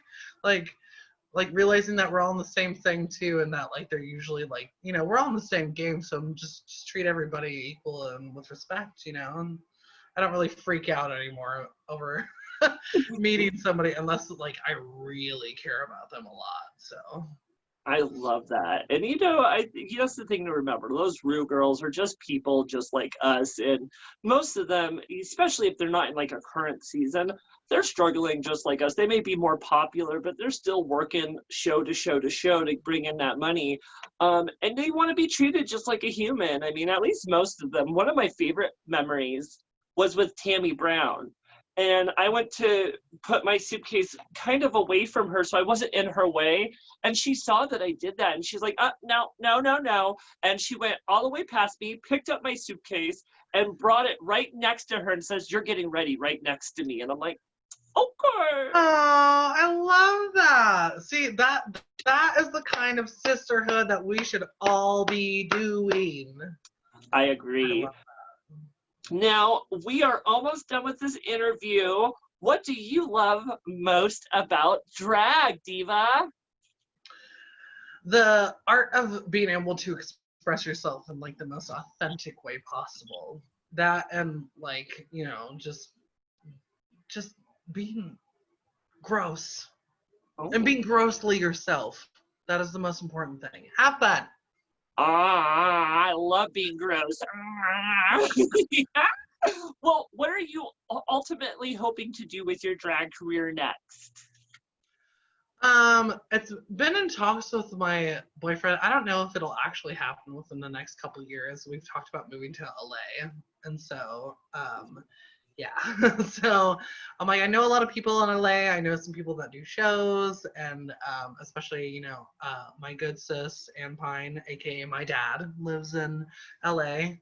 And so you know, I kind of have like somewhat of an in there, and I kind of want to see what could happen there. I think that I'll be like, I don't know, it's in my mind that I'll be like more talked about, more like out in the open more. I think I've done everything I can here in Portland as far as just like trying to climb all the things or whatever. And I think it's just important to me to just like try to go try some new stuff and let more people know who the fuck I am, and scream that on the rooftops if, you know. Absolutely. And I am just curious, we all know that RuPaul is a little prudish and sadly won't let trans performers on his show as of now, but would you ever consider going on a show such as Dragula or maybe even Camp Wanakiki?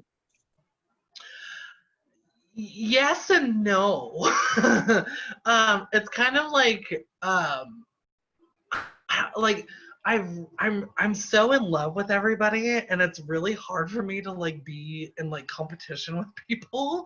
So like, because I'm like, as soon as I meet somebody, I'm just like, I already want to be in love with you even without knowing who you are. So like, I'm like, I don't want to be in a competition with you because I'm just like, first of all, because I'll win, and second of all, I'm just like, I've never been like that kind of queen that's just like to want to be in a competition. I might do it, but like I probably would do it, like considering like what the things were, but like it'd be really nerve-wracking for me because like I usually just want to like work with everybody instead of like trying to like in some way work against them, I guess. So Yeah. I'm like, yeah, I want everybody to have fun, and I want to get fucked up and drunk with everybody and like, you know, just have a good time about it. That's like all I can ask for. Absolutely. Oh my god, I look so pretty right now. Hey. Oh my god, I can't do that. I look gross. So we only have two more questions before we go into our game, my love. And this one is more of the fun question. Now, Diva, you have met me a few times throughout the drag career. Do you have any impressions, crazy stories, or fun little things you'd like to maybe say about the one and only Maliena, Bitchcock? I will say, like the first time I ever met you was when Jared had booked you in a Shotsky show that we did there when he owned that bar, and I remember I just thought you were like so fucking crazy, and like, and like I remember I'm like this bitch just got on stage with a microphone, live sang, like live rapped like her own fucking like shit, like her song, like she wrote it, she made it, like I'm like, wow. I'm like, I've never seen, besides like Slatasia, also shout out to Slatasia. Fucking love that bitch. Um, I've never seen anybody do that before. And like, I was just like, oh my God, that is so fucking awesome. Like, Well, I'm like, you wrote your own song about yourself. Like, that's so cute. I love that. well, I'll tell you a secret. I wrote only a small part of that. You know who really wrote and produced that song? Who? You mentioned their name, the one and only Slutasia. Oh, work. She actually wrote, produced, and guest starred in that song, so she has her own lyric through that song. Oh, fuck yeah. Well, there you go. I love it. And if you haven't watched it yet, please go look up Maliena Bitchcock Clownfish, available on YouTube. And believe me, if you have not heard it, you're going to be shouting, clownfish, clownfish, bitchcock, bitchcock by the end of it. Well, honey, one last question before we go into our game. What did you think about your experience on Bitch Talk with Bitchcock? This was so cool. I've never been interviewed ever before, I don't think. So this is really fun for me. And like, I think it's a really good thing that you're doing, especially and what is this, episode fucking 42? I'm just like, you've done it with so many people. Like 42. 42. Wow. And we started after quarantine. I did this as a quarantine idea because to me, drag is part of my mental wellness. And if I'm not doing drag, it actually can create a very unhealthy environment for me. So I needed something that was going to keep me going and keep me having fun and interacting with people, because as shy as I am, I love to talk to people, especially drag performers. And as you said, another thing that really was important to me was I need something that wasn't just going to lift me up. I needed something that was going to help lift up other people, especially during these hard times, because honey, I mean, we're all suffering, we're all hurting. I mean, especially with the COVID-19.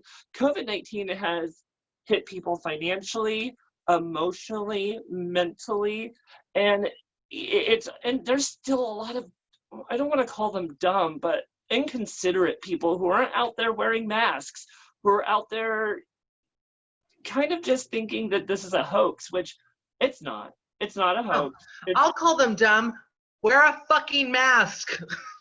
Amen, honey. Wear your masks. Be considerate, even if it's not for yourself. Think of the people in this world, because again, this world was made for all of us, not just fucking you. Yeah. So, my love, before we say goodbye, we're going to play a little game. But before we do, we just have a quick few announcements for all of you beautiful boys and girls and all of those in between. I want you to look down below within the description of this video. And if you've really enjoyed us spilling all the tea and talking all the dirt, please look down below where you can find the PayPal, Venmo, and Cashapp information for both Diva Dott and myself. Please give a little dollar here or there if you're really enjoying it, because believe me, these are hard times and anything you can do is definitely appreciated. Again, tips are always appreciated, but never mandatory. And with this also said, even if you don't tip me, please make sure to throw a little something at Diva Dott. Now, this bitch, she's doing the damn show. She's making us like feel good about ourselves again. I got to get in drag and have fun today again, so I'm very thankful for that. Thank you. Well, absolutely, baby. I love it. Now, for all you beautiful people, again, we're going to say this one more time just so it sinks in your brains, especially for all the white people out there who think they're better and everything. Black lives matter, and it's time to make that known. It's time to speak up. It's time to really support the movement one way or another. I do, in solidarity, I supply every episode we have down below within the description, where you can support the George Floyd Memorial Fund. You can support the PDX Bail Fund, and there's also several other links that you can actually support Black Lives Matter. So if you're not out there protesting, you're not making your voice heard, please go in there and support one way or the other, because every little bit that you can do for this movement makes a difference. Diva, do you have anything to say on Black Lives Matter before we move on to our game? Love everything you just said. That was fabulous. I do want to throw in just something really quick. That's at the top of my head. I heavily support, just to even name a few people, Alexis Campbell Starr, Flawless Shade, Courtney Capri, Lady DUV, the baddest butch queen and drag MC, fucking Stan, Kimber Shade, support your fucking Black community. And I think it's really important for us white people to sit here and learn our fucking privilege and educate yourselves on what's really, really going on right now, because it is it is the most probably important thing that you could do right now. So please take the time to do good things. Pay more money to Black performers. They really need us right now. Pay it to the George Floyd Fund, pay it, sign the fucking petitions, do everything in your power what you can do right now. Flawless is even, I won't say any specifics, but is going through some shit right now. Support this fucking person. It's time for white people to shut the fuck up and to listen to our Black community and to listen to our Black leaders. It should have happened 400 years ago, baby. And it's I'm so glad things are happening now. And so just, it's really important for us to educate ourselves and to listen. I agree 100%. And again, it's time for you to speak up one way or another. And it like Diva Dott said, even if it's just you supporting your local performers of color, I mean, send them a little extra something to their Venmo. Send them a little message, letting them know that you appreciate them and what they do for your community. Because again, every little bit helps. Now, I want to just make a quick announcement. Our next episode of Bitch Talk with Bitchcock is coming up for July 3rd. We are going to have a surprise guest. So please keep your eyes open for that announcement. But before we say our goodbyes, we're going to play a little game. Diva Dott, do you want to play a little game with me? Yes. Well, we're going to start with a little favorite that I like to call Truth or Drink. And how this will work is I'm going to ask you a series of shady questions, and you can either answer truthfully or take a shot of hard alcohol. Oh, fuck. Are you ready for it? And I know you're pretty buzzed already, so let's hope that you don't. I've already drinking 3 beers throughout this whole thing, so I'm like, oh, shit. Hold on, let me go get a chaser. Oh my God. While she's getting her chasers, I want all of you beautiful people to definitely tip this performer. She's been spilling a lot of tea and definitely entertaining us. And I want you to tune in for the announcement of our next lineup coming up for July, as we have some amazing, amazing performers coming out. Now, Diva, are you ready to play a little game? I'm ready. I'm ready. Yeah. Here, I got my Red Bull and my Tito's here ready to go. Okay. Well, wait, baby, let's start at the beginning for number 1 of Bitch Talk. Oh, sorry, Truth or Drink. What is the craziest thing you have ever done on stage? I don't even know if that's okay to say in this fucking show. Do it, girl. This is X-rated if you want it to be. I'm I'm getting my shot ready. I'm you know what? No, everybody needs to know. There's a couple. There's 2 performances specifically that I did, separate. I ran twice and then won the second time for the search for the filthiest person in Portland. And yeah.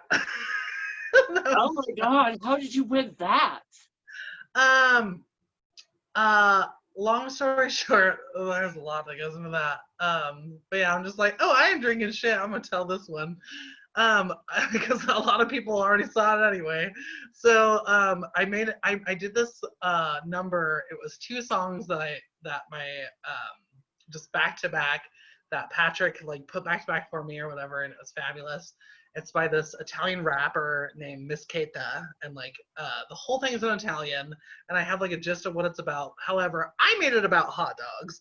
So I on stage previously to me coming out on stage without anybody knowing, had like a hot dog and a condom and shoved it up my ass and pulled the hot dog condom out of my ass and then like licked all of it, pulled the hot dog out, ate some of it, spit it at everybody. Uh, And then uh, the next the next gag was me live shoving a hot dog in my anus, having somebody bring me out a tray of like hot dogs, hot dog buns, mayonnaise, mustard, ketchup, and all that good stuff. And I was getting my bun ready with all my ketchup and mustard, and I live shit it back out into the hot dog, and I ate it. Okay, girl, get it. I mean, I'm over here like, bleh, bleh, blah. But that's why you get the title of the filthiest drag queen in Portland. You know, I do what I can for my community. And This is why I want you to go on something like Dragula, because I think anything they could throw at you for like the exterminations, you'd be like, that's all you got, you pansies. Some of that shit, I'm just like, ooh, I couldn't do that. Like the skydiving shit, I'm just like, I'd probably do it, but I'd probably have a fucking heart attack. Like, Well, on the plus side, if you have a heart attack halfway through it, you only have to put up with it halfway. Well, perfect. So for round 2, tell us about your worst performance flop. And a performance flop is where your wig fell off, your titties fell out, or you fell on your face. I don't even know. It's more just like me feeling like shit about myself for not doing a good enough job in like my own head, basically. There has been times where like I've done shit though, and like I'm just like that was not good, and the crowd like didn't even really give a fuck, and like I'm just like, yeah, that just made me realize that it wasn't good or whatever. So yeah, that's that. So Well, but you know what? yeah. In this game, if you don't give me a good enough answer, I make you take a shot. So you need to take a shot right now. Okay, well, cheers, ladies and gentlemen, and germs and ghouls and ghosts and everything in between. Tasty. I love it. Well, for I love round Tito's though. 3, let's get dirty with it. And you being an outrageous queen, I don't think you're going to mind this, and I think you might have an interesting answer for us. What is the longest that you've gone without washing your undergarments and your tights? Ooh. Fuck it, I don't care. A long time, bitch. I've like it's like some drag things I've never washed because some okay, whatever, because like there are some things you can't put in a fucking wash machine. You can like I've washed like a lot of things, like, so basically all my drag I washed at least by hand, but literally I only washed like the things that you can only wash by hand one time, and that was right before I moved last April. Well, I mean, I can't. I just spray shit with like perfume a bunch, bitch. Like, well, I was gonna say, I can't judge you too much, Diva, because I'm known for doing like disinfectant spray and Febreze on some of my more problematic costumes. oh yeah, that's what you gotta do. Like you know, you gotta make it work, because not everything can go in the wash machine, baby. You know, so like you gotta do it. But What I about will say that like I only smell sometimes and not all the time. well, I was gonna ask, how often do your tights tend to smell like corn chips? all the fucking time. I always smell like corn chips. Makes me crave salsa right now. Yummers. Okay, let's go to round 4. And this one should be a fun and messy story. Tell us the drunkest you've ever been in drag, and it can't be right now. That's probably like, ooh, what is the? Oh, okay. I just had one pop into my head. This is when I still worked at Embers. Ooh. And baby, I was crossfaded. I had I think I had taken, I took, or no, I didn't actually take any like illegal hard drugs that night. I drank a lot, and then I think I was with my boyfriend, and like some of my other friends were like, let's go smoke weed around the corner. I'm like, okay. And at that point, I was so fucked up, I didn't care. And like, you're never supposed to smoke weed when you're that drunk. You just don't do it. Like, because you gonna get sick. And I remember I was doing like one of my favorite numbers ever next, like, and it was in between numbers because us girls we do like 3 to 6 numbers a night or whatever, depending on the night. And they they would fucking like I went on stage being like drunk and high on weed, and like it was the worst decision ever. And like I was like seeing like double, triple. The whole room was like boom, boom, boom, and I could barely even move like off the stage. Like it was bad. It probably looked really bad too, but there was only like 5 people, so whatever. Right. I love it. Now, let's go to our last question of truth or drink, round 5. And this one's so scandalous, but I'm sure you're going to tell the truth. Have you ever hooked up at a show with an audience member? Oh, with an audience member, not at the show, but stuff after. I will say, I will say that like, damn, you got me drunk now, bitch. I will say that like, at Funhouse Lounge during an Occur show, my boyfriend gave me head in the bathroom. So, hi. Well, that's sexy. I love that. Well, you survived the full game of Truth or Drink, and we have one more mini game left. Are you ready to play what we like to call Marry, Kai Kai, or Cancel? Let's do it, bitch. Well, I'm so excited because we took some of your favorite people that you worked with, played with, or even fought with, and we made you choose from them. And now how this is going to work is I'm going to name 3 names at a time, and out of those 3 names, you're going to need to tell me who you want to marry, who you would Kai Kai with, and whose shows you want to see get canceled completely. Are you ready? People, I'm pretty sure it's good. You gotta ask me all my friends too. So I'm just like, sorry everybody, but I gotta play the game, bitch. You know, I would never do a thing like that. Well, I've got 3 rounds for you, so let's keep this fun and energetic for round 1. And believe me, I am not making these easy. Round And 1. you know what? Just for shits and giggles, I'm gonna do a shot anyway. So. Yes, baby, do it. Happy anniversary to me and my boyfriend. It's our 5-year anniversary today, by the way. Oh my God, it's your 5-year anniversary? Yeah, he had to remind me today. I'm a piece of shit. Oh my God, I'm such an asshole. Like, I booked you on your anniversary. Well, girl, it's time Oh no, I didn't even know.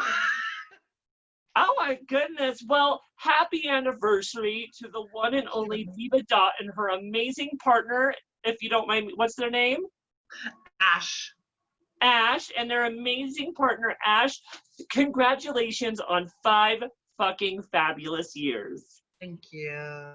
He's about to take me out to dinner after this because he's like, I made reservations. I'm like, oh, okay. Oh my God, you spoiled little one. Well, we'll try to get this going quick then. And maybe we'll get you in trouble on your anniversary because we're going to make you pick some people. So, for your first marry, Kai Kai or Cancel, round 1, we have the one and only Empress of Portland.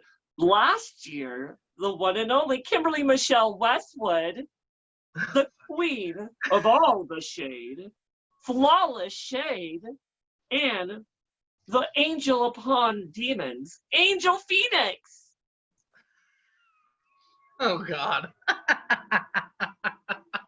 So it's Kim, Angel, and Flawless? Yes. Okay. Oh shit. Oh, I want to marry like Kai Kai and Cancel all of them. Oh man. Okay. I would marry Kim. I'd fuck Flawless and I'd cancel Angel. I'm sorry. I have to pick. Oh my God. No, I love you all so much. 20th person to cancel Angel Phoenix, huh? I love Angel. Don't get into it. But I'm like, out of those people, I gotta go who I've known the longest and stuff for things. So. Okay, well, Angel, if you're watching, girl, I'm sorry. I don't mean Love to. Well, perfect for round 2. We got some doozies right here, including the queen of wigs herself, the one and only Lilac, your favorite bitch that you used to work with all the way at Shotski's, the bougie cherry, and then your drag child themselves, the kitten Kiara. Okay, so Bougie, Kitten, and who else now again? Lilac. Lilac. Oh, Lilac. Oh, I love all of them.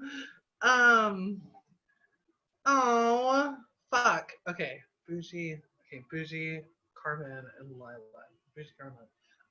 I would. Oh, you know what? I would.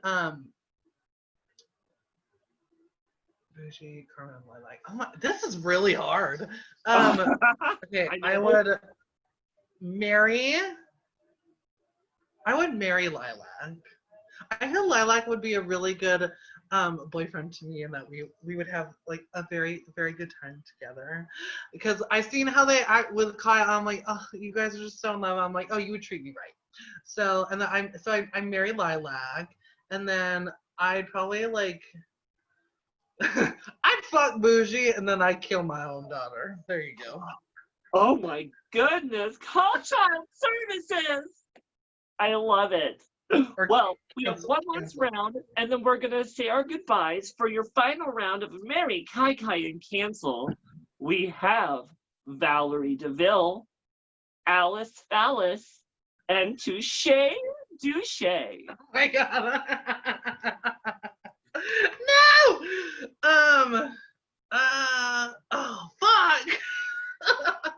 Again, these are all people I fucking love a lot. This is why this is hard. This is fun though. I'm not evil at all. Oh my gosh. I would marry Alice. I would marry Alice Phallus in a second. Alice, if you're out there, baby, I love you. We're gonna get married one day. I would Kai Kai with Valerie, and I would cancel Touche. Oh my goodness, Touche. Actually, I don't know. Maybe I'd cancel Valerie and fuck Touche, or Kai Kai with Touche. I know. That's hard.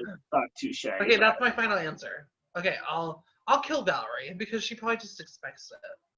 Or cancel it. Are we even sure Valerie's breathing? I don't know even if she's a real person, but that's what I love about her. Yes. Well, Diva Dott, I am so happy to announce that you survived the entire interview of Bitch Talk with Bitchcock, and I personally have to thank you for coming on my show and spilling all the fucking tea and the vodka. Thank you so much. This has been such an amazing experience. This was so fun. Please, like, we should just do it like the Billie Eilish interviews, and like we'll do it every year on the dot. Yes, you know, I have some major plans hopefully for Bitch Talk with Bitchcock, and keep your eyes open because even after world goes back to normal, we get out of quarantine, we're going to continue these fucking episodes to support our community and highlight as many performers as I can. Now, again, Diva Dott, thank you for coming on my show. All of you beautiful boys and girls and all of those in between, if you've enjoyed this fantastic episode of Bitch Talk with Bitchcock, please make sure to tip our special guest, Diva Dott, for spilling all the tea and sharing all the secrets. And in the meantime, I want you to tune in July 3rd, as we have a special surprise guest. That's right. Keep your eyes open, boys and girls and all those in between, as I make an announcement at this week to announce who's coming up. And I can't wait. It's going to be so titillating.